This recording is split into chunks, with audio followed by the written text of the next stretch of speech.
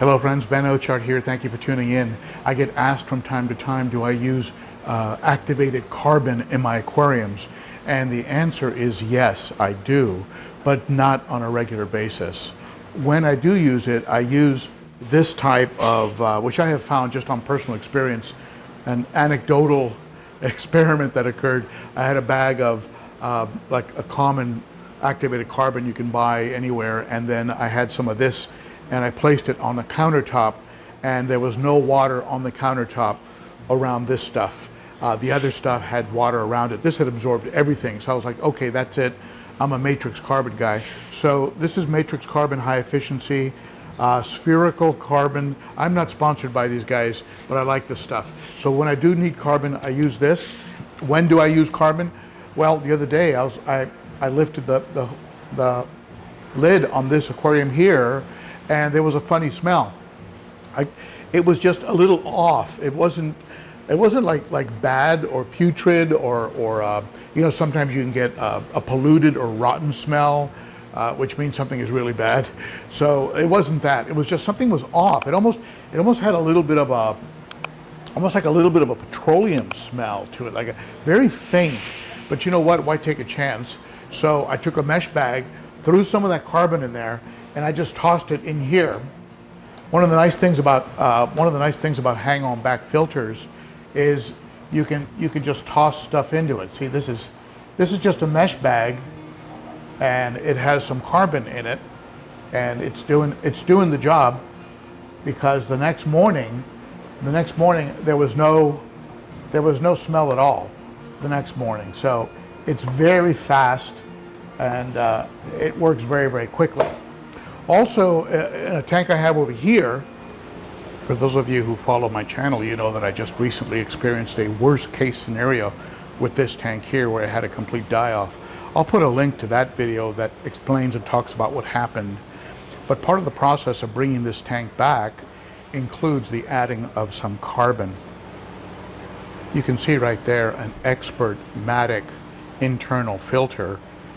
The suction cups got loose and it just sort of settled on top of that aquarium co-op sponge filter. But that has a pouch in it with carbon. So this aquarium received a major water change. I unplugged the heaters because I suspected that was the problem. The aquarium is staying roughly a little over like 75, or around 75 just on ambient room temperature. But as part of the process of making sure this tank is good, I have a pouch of carbon in there that'll remove any metals or toxins or anything that might be floating around that I don't want. Some good news, if you look right here, you'll see that the pleco that I put in here after doing the initial water change and decor cleaning is actually surviving and doing well. So whatever horrible toxic substance was in here that wiped out the entire tank, it's obviously no longer there, which makes me think that it probably was some type of a heater surge, an electrical impulse of some kind. But at any rate, that pleco is surviving and doing fine. And so between the water changes, the decor cleaning, and the carbon, then I think this aquarium is going to be good to go. So do I use carbon? Yes, I do, but only under special applications, like if I feel that something needs to be removed from a tank, like something toxic, or let's say after I've used medications on an aquarium, I'll go ahead and run carbon. I'll only use it for about a month because it can become saturated, and I have heard, and I don't have any science on this, but I have heard that after it becomes saturated, it can then start to release back into the aquarium some of the things that it absorbed. So it has only a certain amount of absorption ability. If you know more about that, comment below. I'd like to hear about it. But I'll use carbon for 30 days and then go ahead and toss it. But I don't use it day in and day out in my aquariums, only if I perceive that there's something off or I want to handle something very specific. Now, another option that you have are products like Seachem Purigen. Purigen, I think, is great. It clears up the water very effectively. I've had tanks that I've cleared up. I even have a video, I think, on a time lapse after I added some Purigen to an aquarium, and it did a really good job of taking those little particles that never seem to go away in the aquarium, not micro bubbles, micro bubbles or micro bubbles. I have those in a couple of my aquariums. But I'm talking about those little things that float that you just can't quite get rid of, that fogginess. Purigen will clear that up, and it is a resin-based absorbent. It can run in there until it turns brown, and then you can recharge it.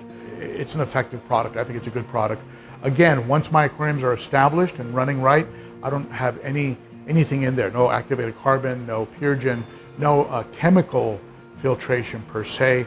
I am mostly a sponge guy with sponges in the filters, and also sometimes I'll use media like Sarah or Chem Matrix, things like that. I will put some media in there if I have it on hand, but mostly it's sponges for me. So anyway, I hope that helps. It certainly immediately got the smell out of my planted tank. I was very happy with that result. And any questions, ask me below. I'll be happy to take them up. Thank you so much for tuning in. You're the best. I'll see you again soon. One more thing while I have your attention.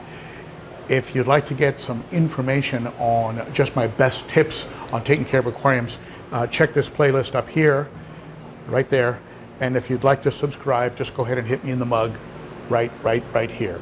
Okay? Thank you so much. Bye-bye.